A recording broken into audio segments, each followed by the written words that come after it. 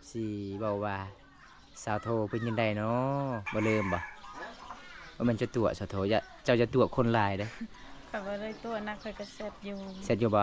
ถ้าหักจริงเด้ออย่าตัวหลายเด้ ก็ว่า อย่างเขาบ่ฮักคันท่าเขาบ่ฮักนี่ค่อยสิเสียให้เจ้าเงิน10 ล้านไปลองไปคันเจ้าบ่ฮักนี่เจ้าเสียให้ค่อยเท่าใด สำคัญ 10 ล้านคือกันบ่เอเล่บ่มาสัญญาเลยเด้นี่เด้อทุกคนตอมตาสัญญาเรียบร้อยเด้อสัญญาเลยเด้อสาวโท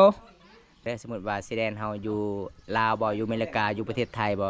ถ้ามักฮักกันนี่ให้อยู่บ้านเฮาหรือว่าไปอยู่ประเทศไทยเนาะ อยู่บ้านเฮา อยู่บ้านเฮาเนาะเวลาเฮามาเยี่ยมมายามมีพ่อแม่อยู่ทางพุ่นกับกับเนาะโอ้เที่ยวไปเที่ยวมา เขาก็ได้คิดตัว อ๋อ แต่ว่า ถ้ามีคนมากก็คือหักเลยเนาะหักแท้เนาะน้อง เอา อ๋อ ตรงนี้คอยมักใจค่ะเวลาเขาขั้นเข้ามาคอยเขาก็ไปหาคอย ใครเข้ามาคันเรามาหาเจ้านี่ประมาณนี้คันว่าเห็นกันแล้วมักฮักกันแล้วประมาณจักเดือนจักปีจักสิเอา คือคอยนี่ถ้ามีคนไทยมักคอยบ่ฮอดปี บ่ฮอดปีเนาะบ่มาก อ้ายได้ยินข่าวๆในหมู่บ้านของน้องแล้วก็มีผู้สาวคนหนึงผู้บ่าวพังถ่ายไปมั่นเลยบ่เขามั่นเลยบ่น้อง มันแล้ว เขามั่นจักหลานเขาจะเอาไปมั่น 10 ล้าน 10 ล้านก็คือทางผู้บ่าวพังไทยเพิ่นก็มักอยู่บ่น้องสาวเพิ่น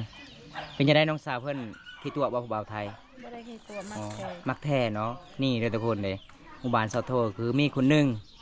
ผู้บ่าวพังไทยไปมั่นแสดงว่าถ้าผู้ใดมั่นก่อนก็คือเจ้าฮักผู้นั้น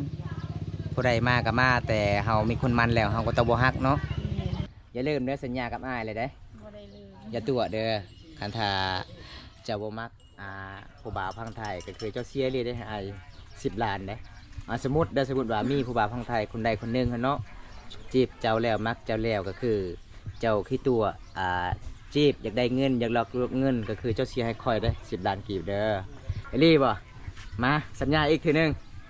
สัญญาอีกทีหนึงเด้อทุกคนแม่นบ่ตัวนี้สัญญาโอ้ หมู่บ้านซอโทก็อาจจะมีแล้วเนาะคนหนึ่งเนาะผู้บ่าวพังไทยมันเลยเนาะ มีแล้ว 10 ล้านกีบบ่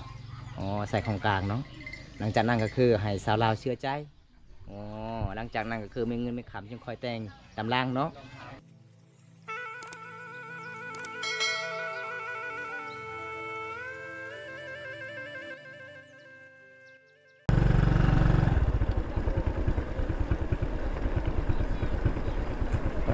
สบายโคตรลายเลยทุกคน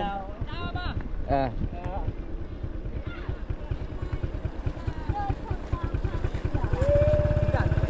ยันเซฟ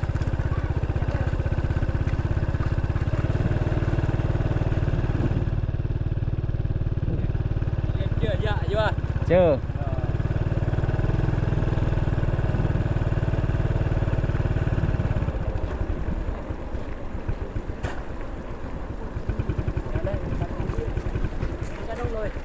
ฮะ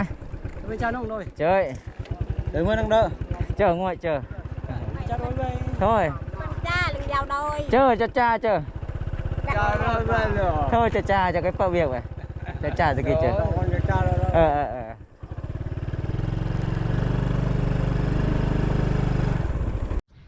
สบายดี สบายดี เป็นจะได้น้องคือสิ่งเงา ก็มาจากไหน ๆมาช่างไห้บ่มาจากคนไปจากคนแล้วเลยบ่ท่านนี้แล้วเลยโอ้แสดงว่ามื้อนี้ตักแดดหมดมือผู้ได้นอนผู้บ้าวบ่ นอน น้องทราย ถึง ฮะ นั่นดอกห้องช่วย ต่อตอด โอ้ยน้องเอ้ยต่อยังต่อหูเสื้อบ่โอ้จักมือเลยน้องเอาสักเขาให้นะ3 มือไม่ยั่งผมของน้องคือสีแดงๆมันเป็นไข่เห่าบ่สะโท นี่ ป้าไข่เห่าล่าดิสะโทเบิ้งสะโทเบิ้งนะทุกคน ตัวอันก็พอ เรื่องเจ ยังเปล่าคือบนใจ อุมีเห่าบ่ป้าน้องหางมาติให้สวนเมื่อยเนาะแสดงว่าตอนนี้ฮะก็ขึ้นเต็มบันไดแล้วนั่งจุดนี้เลย บ่เมื่อแล้วก็จะตักน้ ตักน้ำแล้วก็พักผ่อนพักผ่อน5 นาที6 นาทีก็อาบน้ำโอ้ทุกคนเลย FC เบาว่า สาวโทเป็นยังไงเนาะเว้าแท้บ่ว่าบ่ลืมอ้ายบ่ลืมบ่ว่ามันจะตัวสาวโทเจ้าจะตัวคนหลายเด้อ ก็บ่ได้ตัวนักข่อยก็เสร็จอยู่ เสร็จอยู่บ่ถ้าหักจริงเด้ออย่าตัวหลายเด้อ ก็ว่า อย่างเขาบ่ฮักคันท่าเขาบ่ฮักนี่ค่อยสิเสียให้เจ้าเงิน10 ล้านไปลองไปคันเจ้าบ่ฮักนี่เจ้าเสียให้ค่อยเท่าใด สำคัญ 10 ล้านคือกันบ่เอเล่บ่มาสัญญาเลยเด้นี่เด้อทุกคนบอมตาสัญญาเรียบร้อยเด้อสัญญาเลยเด้อสาวโทถ้าผู้บ่าวพังไทยบ่มักเจ้าก็คือค่อยเสียเจ้า10 ล้านถ้าเจ้าบ่มักผู้บ่าวพังไทยนี่เจ้าเสียให้ค่อย10 ล้านเด้สัญญาเด้อ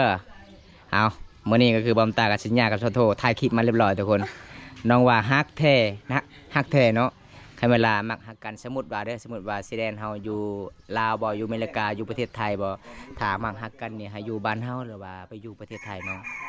อยู่บ้านเฮา อยู่บ้านเฮาเนาะเวลาเฮามาเยี่ยมมายามมีพ่อแม่อยู่ทางพุ่นกับกับเนาะโอ้เที่ยวไปเที่ยวมาโอ้ทุกคนเลยก็คือน้องหลายๆคนว่าสาวโทนี่ลายใจเลือกผู้บ่าวลาวเบื่อเลือกผู้บ่าวลายส่วนลายนี่หลายๆคนว่าค่อยบ่เชื่อแล้วสาวโทงามปานนี้พี่ตัว FC ลายบ่มักแม่นบ่ ก็บ่ได้คิดตัว อ๋อ แต่ว่า ถ้ามีคนมักก็คือหักเลยเนาะหักแท้เนาะน้อง เอาตรงนี้ เพราะว่าอายเพิ่นก็เคยถามบอมตาให้น้องสังเกตลองเบิ่งเด้อสาวโทเป็นยังไงเนาะมักแท้หรือบ่ผู้บ่าวพังไทยก็คือถ้าน้องบ่มักก็ต้องว่าบ่มักเด้อน้องเด้ออย่าตัวเด้อตอนนี้เฮาสัญญาแล้วเด้ผู้ละ10 ล้านกีบเด้ข่อยเว้าแท้เด้อสาวโทข่อยมีหลักฐานข้างแน่เลยขอถ่ายคลิปไว้เด้ สบายดีชาวโท โดยสมอง เจ้าเว้าหยังกับเบาบุญตาทีนี้มีการพนันนี้เบาบุญตาพาน้องลิ้นการพนันเด้อ บ่แม่น เอ้อ เอาสัญญา สัญญาพนัน เราว่าผู้บ่าวพังไทยบ่มักแล้ว แต่ข่อยสัญญากับเล่าว่าคันทาผู้บ่าวของไทยคิดตัวเจ้าข่อยเสียให้เจ้า10 ล้านคันทาเจ้าตัวผู้บ่าวของไทยนี่เจ้าเสียให้ข่อย10 ล้าน เอาบ่ชาวโท สัญญาเรียบร้อย แบ เลย บนั้นบ่ เออเพราะว่ามีแล้วมีผู้บ่าวของไทยคนหนึงให้ข่อยถามเบิ่งข่าวๆเรื่องราวซอโทเป็นจังได๋ซอโทมักแท้หรือบ่ก็คือหลายๆคน FC พังไทยว่าซอโทนี่มักผู้บ่าวบรูบ่าวมังกรบ่มักดอกผู้บ่าวไทยมีแต่ลองเอาเงินเขาเว้านะ ชาวโท บ่แม่นบ่น้อง คอยมักใจค่ะเวลาเขาขั้นเข้ามักคอยเขาก็ไปหาคอย เออใครเข้ามาคือเขาว่าน้องวิวก้อนชาวโทมีนุ่มไทยนุ่มภูเก็ตได้คือว่าเขาก็มีได้สนใจเราได้คือคอยว่าเขาก้อนนั่นแหละ แต่ แต่เราว่าเรายังขี่ม้าครับช่วงนี้เราว่าเราบ่ว่างเวียกค่อยเอาฟิตเจ้าให้เราแล้วแต่ว่าบ่ฮู้ว่าเราโทรหาเจ้ารู้บ่ เพชรเก่าหันบ่ได้ลินแล้ว บ่ได้ลิ้นโอ้ยสุพ่อ ลินบ่ได้ บ่ฮู้ว่าเราติดต่อเจ้าได้บ่ได้เลยเนาะบัดนี้ก็บ่เห็นเราติดต่อหาค่อยอยู่เลย คอยบ่ได้คิด สองมื้อสามมื้อแล้ว ข้ยกท้แต่ว่ายามที่เขาบ่ได้ น้ มา อย แสดงว่าเจ้ายังบ่เห็นเนาะไอ้หนุ่มภูเก็ตนี่เอ้าถ้าเราติดต่อใหม่บัดนี้ค่อยสิเอาเฟซใหม่เจ้าให้เรา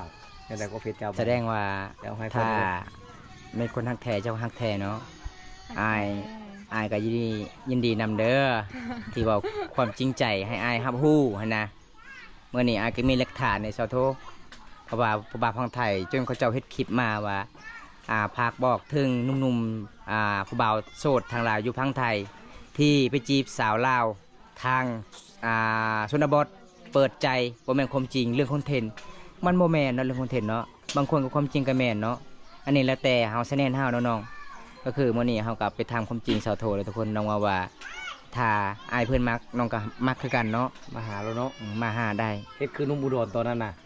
แต่ว่าบ่แม่นใช้แน่นแล้วก็บ่ได้เนาะ มันจะแน่ว่าเขาบ่ได้มาก อืม เขาบ่ได้บอกว่า มา มา เห็นตัวจริงแล้วก็มาฮักกันจังเอากันได้เนาะ ถ้ามักฮัก มาแต่อัน ถ้ามัก มาแต่ง ฮักกัน ครับ เฮาก็คือ สมมุติว่าอายเพิ่นนี่เฮ็ดให้เฮ็ดนาบ่ได้ก็คือ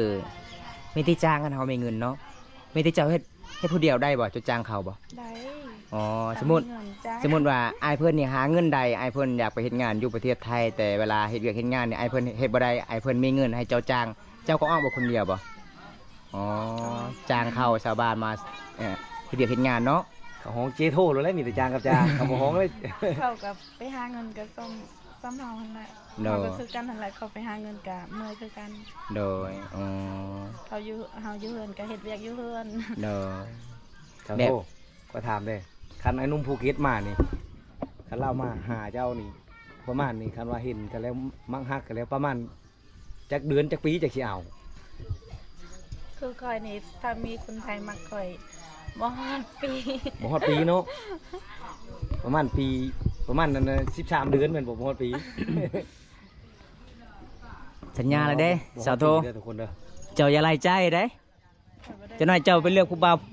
ภูเก็ตอีกบ่นี่ได้ผู้บ่าวน่ะ เอ้อ จังหวัดได้จังหวัดน่ะ จังหวัดภูเก็ต จังหวัดภูเก็ตบ่ได้เด้สาวโท เอากับหนุ่มไทยคือกัน ผู้ใดก็ได้เนาะจ้าโท คันผู้ใดคอยยังบ่ได้เห็นคอยก็บ่ฮู้คือกัน บ่ฮู้เนาะอ๋อ ถ้าเห็นแล้วก็คือแบบถ้ามักกัน โดยถ้าบ่ได้จักเสร็จลิ้นเสร็จเมืองก็เสร็จได้ เสีย คันเฮาบ่ฮับเป็นเพื่อนแบบเฮาบ่อันนั้นขี้คุยเนาะโอ้ทุกคนน้องก็คือยังชื่อได้เด้อทุกคนเลยบ่ลืมบ่ปะกันเพราะว่าผู้บ่าวพังไทยเพิ่นใจดีเนาะสะโทเนาะเห็น3เทื่อเลยเนาะ3เทื่อแล้วทุกคนเพิ่นว่าล่อใจดีหลาย กันผู้ใดยังมาหานะมาเยี่ยมมายามสาวโทยังมาเห็นตัวจริงเลยทุกคนเด้อมาจีบด้วยตัวเองโลดให้เฮามาสัมภาษณ์เฮาทายเฮาจีบให้นั่นคือ น้องว่าน้องบ่จักสิมักแนวใดเนาะหมูเนี่ยสิมักเนาะบ่เห็นคนเนาะมาหาต้องมาตลอดช่องมือชามือคือเขตชนบทบ้านเฮาเนี่ยทุกคนเขาล่มกันในบ่ได้โดนได้บ่ได้ฮอดเดือนฮอดปีได้บางคนก็4-5 มื้อก็ได้เนาะเอาทุกคนถ้าผู้ใดว่าตัดสินใจมามักชาวโทแท้นี่มาจีบด้วยตัวเองเด้อทุกคนเด้อชาวโทว่าพร้อมได้เปิดใจได้ ก็คือ ขนม บ้าน จากร้าน บ่ฮู้คือกัน บ่ฮู้กัน แต่เจ้าเว้าตอนค่อยมาทายเจ้าสปิดอันนี้เจ้าเว้าจะได้50 ล้าน ตอนนั้นค่อยชื่ออยู่เปลี่ยนใจแล้วบอกมันสิขึ้นแล้วมันสิลงน้ำมันนี่ โอ้ บ่ฮู้เนาะบาดนี้ บ่กล้าเว้าตอนนั้นเราว่าจะได้50เจ้าชื่อบ่จะเว้าตอนนั้นแม่เจ้าก็เว้าจะได้เงินค่าดองลูกสาวไปซื้อรถไถหน้าค่อยจะชื่ออยู่ไหนแต่เจะโทษว่าบ่ฮู้กูมือนี่บ่กล้าเว้าร้ายอ้ายเอ้ยว่ะอยู่ไปโดนก็เริ่มเท่า มาสะโท ยันผู้บ่าวบ่มาก อ้ายได้ยินข่าวๆในหมู่บ้านของน้องแล้วก็มีผู้สาวคนหนึงผู้บ่าวพังไทยไปมั่นเลยบ่เขามั่นเลยบ่น้อง มันแล้ว เขามั่นจักหลานเขาจะเอาไปมั่น 10 ล้าน 10 ล้านก็คือทางผู้บ่าวพังไทยเพิ่นก็มักอยู่บ่น้องสาวเพิ่นเป็นจะได้น้องสาวเพิ่นที่ตัวบ่ผู้บ่าวไทย บ่ได้ให้ตัวมั อ๋ ก อ แท้ มักแท้เนาะนี่เด้อทุกคนเลยหมู่บ้านเสาโทคือมีคนหนึงผู้บ่าวพังไทยไปมั่นก็คือร้านน้องสาวเบาตาเองเด้อทุกคนเลย ต้องเข้าใจน้องกันพี่น้องน้องสาวแท้ๆเด้ เออ น้องสาวแท้ๆเด้อถ้าว่าได้ตัวน้องสาวเบาตาเดี๋ยวน้ำตากันสิเฮ็ดวิดีโอให้เขาพูดนํกันทุกคนเลยบ่ว่าจะเป็นจีบแล้วก็คือพาไปประเทศไทยก็บ่ได้กลับสู่ลาวเฮาก็ต้องบ่ได้เนาะเวลามาฮักกันต้องถูกต้องตามกฎหมายเนาะน้องเนาะสาโทกันนะสาโทเนาะถ้ามีคนมักก็คือต้อง จะได้คือกันบ่ ให้แบบนั้นคือกัน ให้ได้คือกันบ่ ถูกว่าจะได้คือกั คันถ้าอยากได้ก็คือเจ้าเฮ็ดถูกต้องตามกฎหมายเด้อน้องเด้อบ่ต้องไปลักไอ้พ่อไอ้แม่ถ้าผู้ใดมาเยี่ยมมายามเฮาก็ให้ไอ้พ่อไอ้แม่รับรู้ไอ้น้องรับรู้นํกันเห็นบ่จริงบ่ดี ขอโทษจะว่าจะได้คือกันแบบนั้น แต่ว่าค่อยได้ยินคร่าวๆว่า เขาเว้าค่อยไปถามเขาเหมือนนั้นเขาว่า60 ปีเลยนะผู้บ่าวน่ะเจ้าก็มักบ่ชำนักอะ บ่แบบเวลาแบบเขาบอกว่าเวลามักผู้บ่าวหันให้เขามามัน เอาประมาณ แบบกันมากนะย่างเขาไปตัว แม่ แต่ว่า60นี่เจ้าบ่เอา คือเขามันแล้วคือสาวผ่าน้องสาวบอมตาก็คือเสื้อใจเนาะเนี่ยเนาะอ๋อเวลาไปคอก็ต้องถือไอ้น้องมาน้ำเนาะอ๋อต้องแบบนี้เลยทุกคน เจ้ายังให้เขามามันนี่ครั้งแรกเขามาแล้วเขามามันเลยเจ้าสิรับได้บ่หรือว่าลบกันก่อนจังได ถ้าเบิ่งกันแล้วถึกกัน เบิ่งกันก่อนเนาะถือกัน ก็ได้ อืมถือกันแล้วก็คือให้เขาไปมัน มักหน้าตาแล้วต้องมักนิสัยก็ได้เนาะร่วมกันก่อนเพื่อฮู้จักนิสัยกัน ไปมัน แสดงว่าใช้เวลาคบกันในประมาณ3-4 มื้อก็ได้นะเนาะ ลม ลมดนกะ สิเลิกกันก่อน แสดงว่าเขาบ่ได้ตัวว่าย่านเขามีเมียแล้ว อ๋อสมมุติว่าก็คือน้องเสื้อใจบ่าวไทยต้องมันไปแล้วก็คือสุดว่า10 ล้านเนาะ20 ล้านเนาะไปมันไปปะไว้อยู่เฮือนนี่ไอ้พ่อแม่เฮาเนาะก็คืออยากกลับประเทศไทยให้เรากลับประเทศไทยเราไปเฮ็ดงานต่อก็คือไปเฮ็ดได้เนาะยังมาเดือนใดก็มาขอเนาะโอ้จึงเชื่อมั่นเนาะอ๋อตำนี้เลยทุกคน ก็คือแบบมีแต่เขาว่าบ่มักแต่สุดท้ายเขาบ่ได้ไปมันเขาก็บ่เชื่อคือกัน ในนั้นอืม แต่ย่านที่เขาบ่ได้มัน โดยเฮาก็ มัน ทา แล้ว ไป บ่ โด แต่ น งบ่ได้เด้อเนาะ ๆเฮาก็ทาโดนๆก็ยันเป็นผู้บ่าวบ่แม่นผู้บ่าวยันเป็นผู้สาวข้างเฒ่าข้างบ้านเนาะหมู่คู่ก็เอาผัวปะเลยเด้ สาวจังกะจะเอาผัวเด้อมื้ออื่นเด้จะเอาเบาแก้ไว้ไหลคือตัวโอ้ย เอาเอาเดี๋ยวมาเอาถ้วยเลย อยากเด้อทุกคนเด้สาวจังก็ยังบ่ทันเอาผัวเด้อมีแต่สาวไทยเอาผัว ขอโทษคันเขามามั่นวันนี้เขาบ่มาแต่งเจ้าเย็นอะไรคันแถวบ้านคอยเขาเอิ้นว่าเป็นแม่ห้างได้ห้างคันคอได้เขาเอิ้นได้แถวบ้านเจ้านี่มันแล้วบ่แต่งนี่ห้างคันบ่ หาไหมนะ หาไม่เนาะ เงินเงินก็เอาเลยเนาะ อืม โอ้แสดงว่ากำไรแท้เจ้า เอาทุกคนคันวันให้นุ่มภูเก็ตเฮายังบ่เห็นวิดีโอนี่ทุกคนเด้อขอโทษว่าแล้วก็เอาเท้าเอาแก้มาชูคอเลยเนาะ แต่ว่าหวังไรใจ บ่มั่งหลายใจ แสดงว่าถ้าผู้ใดมันก่อนก็คือเจ้าฮักผู้นั้น ผู้ใดมาก็มาแต่เฮามีคนมันแล้วเฮาก็ต้องบ่ฮักเนาะเฮาฮักบ่ได้คือกันเนาะหลายคน แต่ค่อยว่าให้ฟังเลยได้ไอ้นุ่มภูเก็ตอายุเรา40ได้เราบ่เคยแต่งงานมาก่อนบ่าวบุตาอายุ40ก็ลื่นค่อยก็บ่หลายแล้วอายุ40หาเขาคนอยู่พุ่นเนาะเขาก็สะดวกสบายเขาก็อยู่บนพมบนเย็นเขาคือสิบ่คือเฮาดอกบ่เท่าซำเฮาดอกบางเทื่อเวียกงานการสร้างเขาก็เฮ็ดอยู่ทางแต่ว่าเขาจ้างนํชนหลายก็เขาบ่ได้เฮ็ดด้วยตัวเองครับเขายังรออยู่นะว่าง่ายๆชาวโทดีแล้วคันเขามาหาเจ้าน่ะเจ้าสิได้ผู้บ่าวรอแล้วบัดนี้แหละเอาฮักข้ามของมาแต่พุ่นเลยบัดนี้แหละมาหาเจ้าโท ถ้าเวลาแบบเขาก็เห็นคอยแล้วคอยก็เห็นเขาแล้วก็คือชิมั่นใจ แต่ว่าบ่ได้เห็น ต้องเห็นกันก่อนเนาะเอาเด้อทุกคนเด้อตอนนี้ชาวโทว่าอ้ายเอ้ยขันเจ้าฮักใครกับเจ้ามาค่อยเห็นหน้าก่อนค่อยกระจีนหน้าเจ้ากระจีนหน้าค่อยเจ้ากลับมาเธอที่สองคือเอาให้เอาน้องมาชูคอค่อยได้เลย แต่ว่าค่อยขี่รถบ่ได้เนาะชาวโทว่าขี่รถบ่ได้เลยทุกคนได้คือนุ่มร้อยเอ็ดมาตอนนั้นก็ขี่รถบ่ได้แล้วว่ะเมาต้องขี่รถจักร กลับไปไกล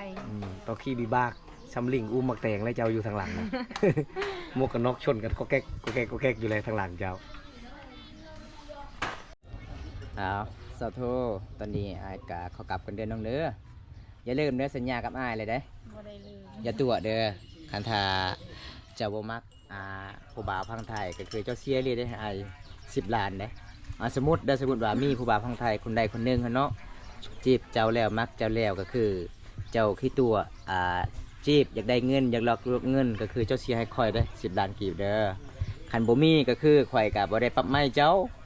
สมมุติว่าบ่มีผู้บ่าวพังไทยอยากมาร่วมกับเจ้าอยากขอเป็นแฟนเจ้าอยากขอมั่นเจ้ากับเจ้าแบบนั้นก็คือบอมตาปรับไม้บ่ได้สมมุติว่ามีคนไทยอยากขอมั่นขออยากจีบเจ้าเอาแต่เงินเจ้าตัวแต่เงินก็คือข่อยเป็นเมาใจเด้ ข่อยปรับไม้เจ้าเด้รีบบ่มาสัญญาอีกทีนึงสัญญาอีกทีนึงเด้อทุกคนแม่นบ่ตัวนี้สัญญาโอ้ สัญญาเด้อพี่น้องผู้ละ10 ล้านกีบเด้อพี่น้องเอ้ยบอมตากะมื้อนี้ก็จัดให้ตามคำข้อ FC ละลายคนจากพังไทยเห็นคลิปเฮาเคสชนบทบางคนว่าเฮาสร้างคอนเทนต์บ่แม่นเรื่องคอนเทนต์พี่น้องเป็นเรื่องความจริงเด้อพี่น้องหมู่บ้านซอโทก็จะมีแล้วเนาะคนหนึงเนาะผู้บ่าวพังไทยมันเลยเนาะ มีแล้ว 10 ล้านกีบบ่อ๋อใส่ของกลางเนาะหลังจากนั้นก็คือให้สาวลาวเชื่อใจอ๋อหลังจากนั้นก็คือมีเงินมีคำจึงคอยแต่งตามล่างเนาะอ๋อทุกคนบอมตากะสิปิดไว้สำนี้ก่อนนะทุกคนถ้าบ่ได้รับชมคลิปนี้แล้วก็ฝากกดไลค์กดแชร์กดติดตามฝากเป็นกำลังใจบอมตาให้คลิปต้นต่อไปเด้อทุกคนคลิปหน้าค่ะพบกันใหม่เนาะขอกล่าวคำว่าสบายดีบ๊ายบาย